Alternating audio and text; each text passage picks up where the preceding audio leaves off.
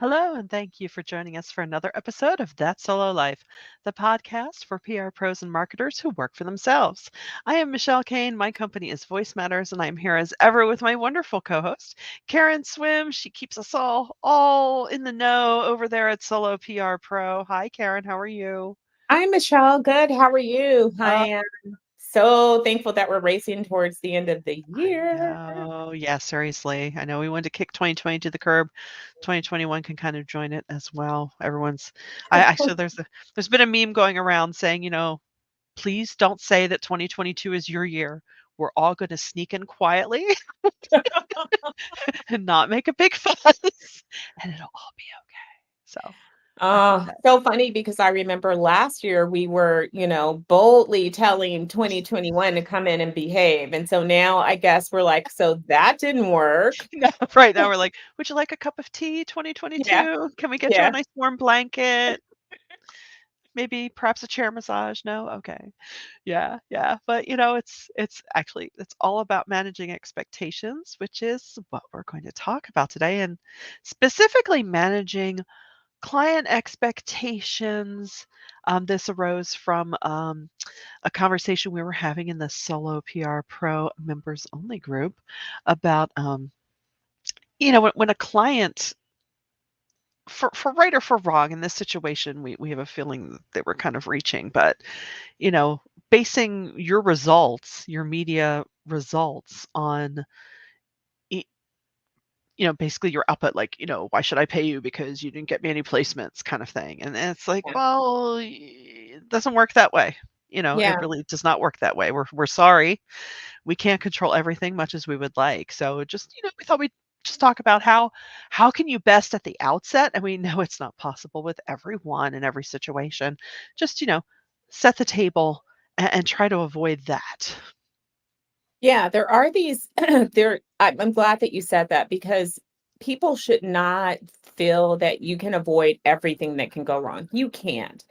But when these things come up, we all use them as an opportunity to learn and try to put in some protections to help us to not, to avoid these common pitfalls. And so it is really important to not only set expectations, but to keep resetting them. And one of the things in this particular situation that really jumped out at me is that it's not only about setting expectations, but you must be accountable Mhm. for those expectations. We have a part in that too. So Yes. if you engage in a scope of work and you have set up your goals with your client, so again, you really do have to do the work to make sure that things go as well as possible.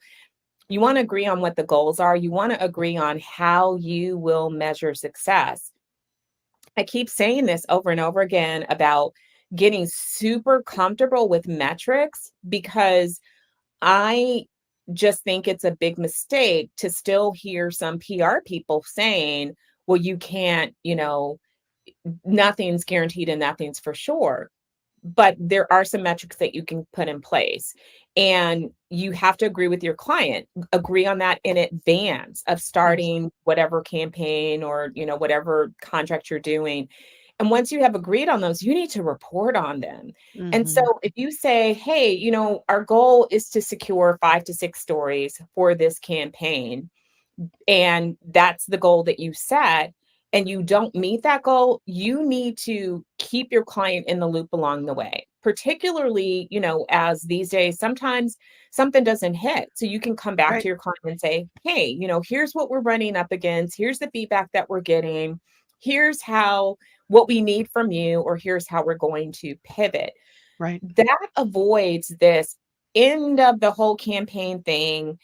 Now you've missed your goal and the client is unaware that you've missed your goal and doesn't understand, and you're saying, but I put the work in, and of course you did put in Right. the, but you have to be accountable as well.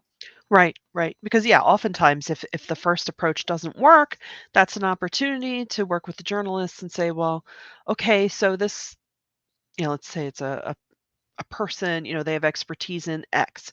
Do you have anything coming up that would, help you in a story? Just let us know. We're always here for you. Try to at least keep the relationship going. Or, a lot of times it's a great opportunity to make sure that you have, your own patches of land out there. Make sure it's on your blog, and or you're, trying to leverage it on LinkedIn, or, use the channels out there that you can control to at least garner something, or turn it into an opportunity in that way. Sometimes you have to, yeah, and a lot of times, as we've seen, in media relations, it's not the straight, you know, throwing the pitch to the catcher. It's, okay, well, let's see what we can do in another way, and be collaborative, and bring some light to this story to get my client, what they want. Yeah, you're so right, Michelle. And, you know, one of the things that we sometimes don't talk about in setting expectations is it, the thing in this particular instance, and this has happened before, I wanted to say something that I wouldn't normally say. So now I found a way to be more tactful than the words that were in my head.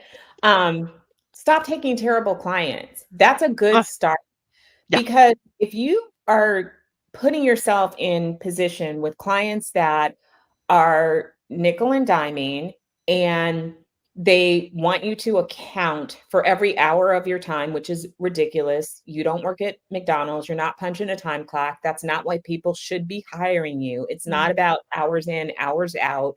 It's about the value and your outcomes. mm, Um, so stop taking terrible clients. Stop taking on these rotten, crummy assignments where people are paying you far too little money for what you actually do and expect the world. And mhm, um, this past, and probably in about the past 3 months, I've had a few colleagues that, against their own judgment, took on a client because they felt the heart of the story, or it was a nonprofit and they really connected with the mission, or it was a referral for somebody and they really wanted to, nurture that relationship, or, right, many reasons are often personal. And I completely get that. There are so many people that I really connect to their story. I really want the win for them.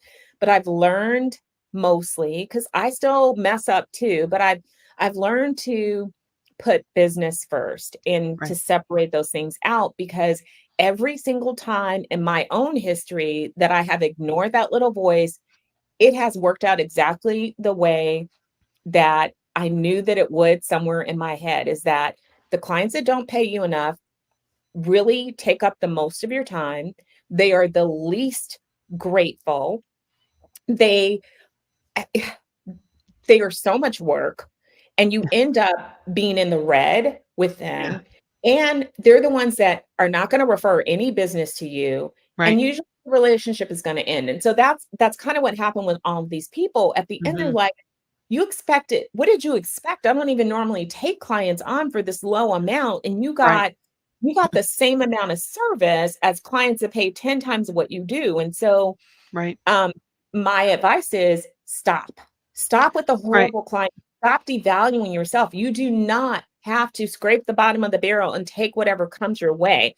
I right, promise you that you are going to do as much work for that horrible, terrible nickel and dime client than you will for a client that has a healthy budget that values your work. So, how would you rather spend your time? With the crappy, right, crummy, bottom bin basement person that's looking for the deal and sees you as a freelancer, right, or the client that actually values your knowledge, your expertise, your strategy, and is going to pay you more money for that? yeah, yeah, and it's, sussing that out can be as simple as, what's your budget?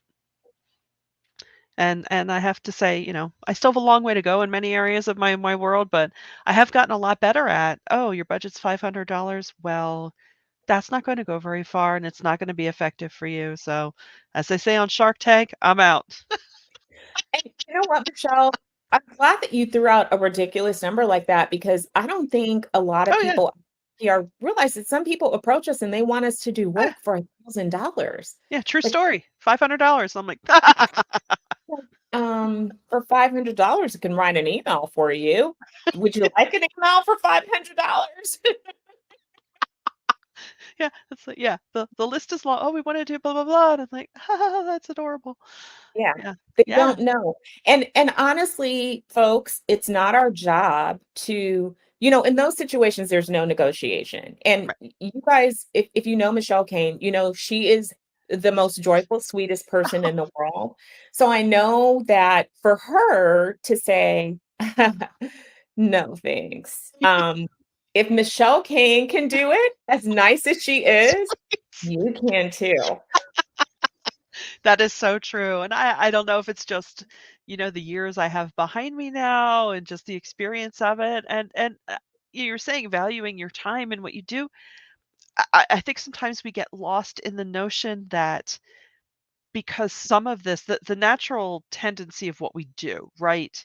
It's like you're either able to communicate via words or you're not. If it Yeah, feels easy to us, these aspects of our job, then we tend to not value them as much, thinking, "Well, if I can do it, anybody can do it," right? And then and you are fighting a bit of the prosumerism of the world, right? "Well, anyone can do social media." It's like, "Well, no, no, no, no." Have you seen some of it out there?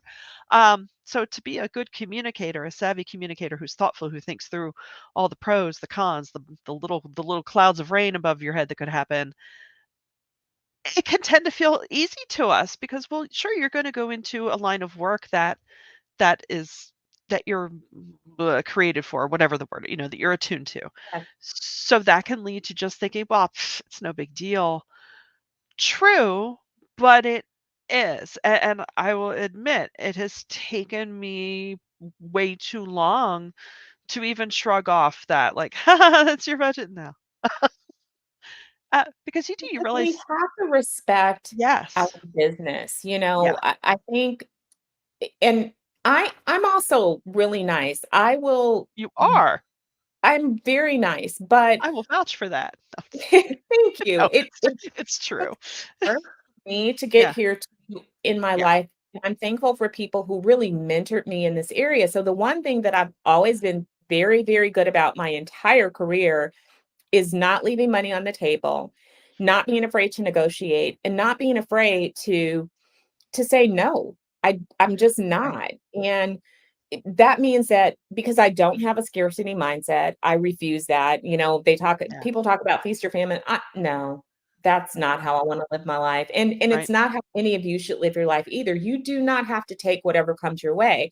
And what Michelle said is true. It's true. When we are gifted in an area, and I believe that if you're in this business, you're gifted in communications, Mhm. it can feel as though it's so easy and it's so fun, like you love doing Right. it so much that you forget that it has a value associated with it. But here's the thing, just because it feels easy doesn't mean that it's not valuable. And yes, 10 million other people do the same thing, but no one does it exactly the same way because the way that your gifts and talents work is that they have a unique expression through you.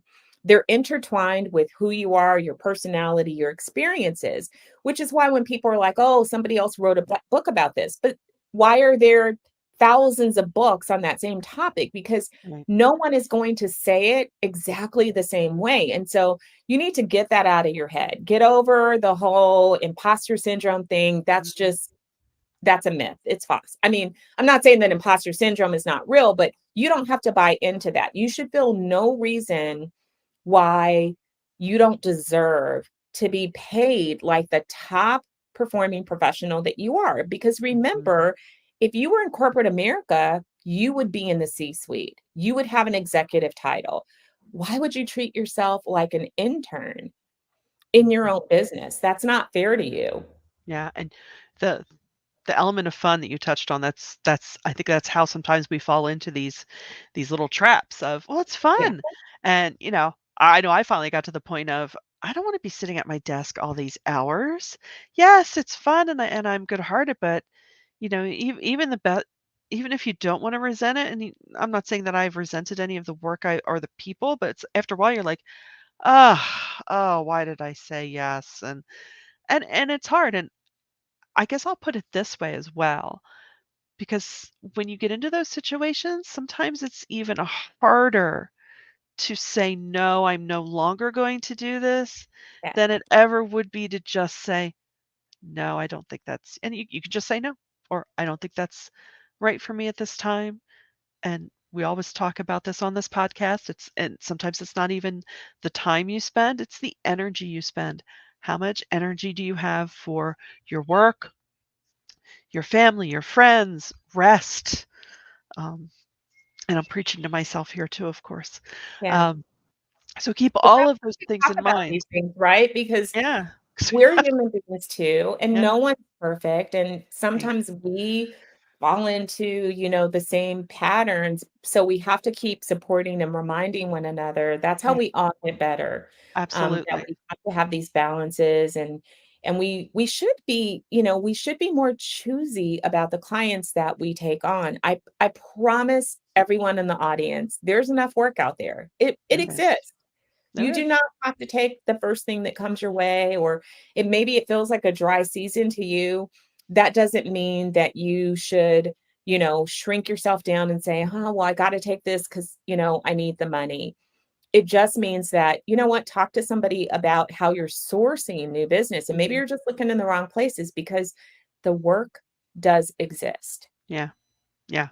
And I think too sometimes as I venture into woo a little bit, sometimes if you're hanging on to this work and you wonder, well, how can I ever replace it? Well, you need to clear the desk a little bit so that there's room for new things, and that can also be hard. I get it, but you're worth so much more, and what you do is so worthy. It's so important. There have been so many things I'm sure everyone has seen lately of mismanagement of communications of things that you just think, "Oh, this is why we matter. This is why our profession matters." There was a miscommunication in my region recently in a couple of school districts, in light of the recent shooting where I'm thinking, "Yeah, it's a shame you phased out your comms team 10 years ago. You can't do that on the Absolutely. side and on the fly." I don't pretend to know how to, run schools, so just saying.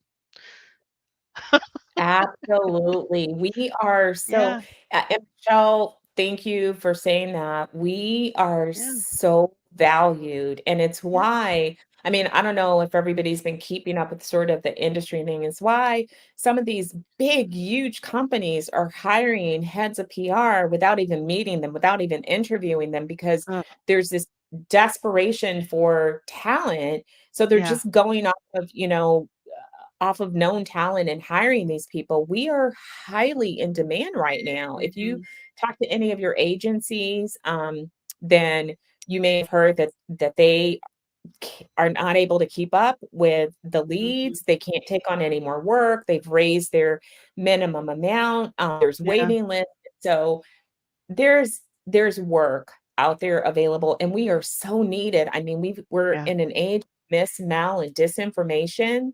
Companies need to yes, know how to navigate this landscape. mhm, Just in so many areas, reputation management, crisis management in a proactive way, navigating this landscape of communicating in an era where we really are more focused on um, equity and inclusion. oh, And yeah, it's a lot. That is a lot. it is That's a a lot. lot. Yeah, yeah, yeah, so we are definitely worth what we ask, it's not just blowing smoke ever. But, well, we hope that this has been a nice rah-rah for everyone today. Not that we go for empty rah-rahs. We always wanna have valid points to make. So we hope that you caught a few of those today. And we do value you and your time. And if you found this to be of interest, please share it. Share it around so our podcast audience can grow. And we just want to say we are so grateful you and for you and thank you for joining us for That Solo Life.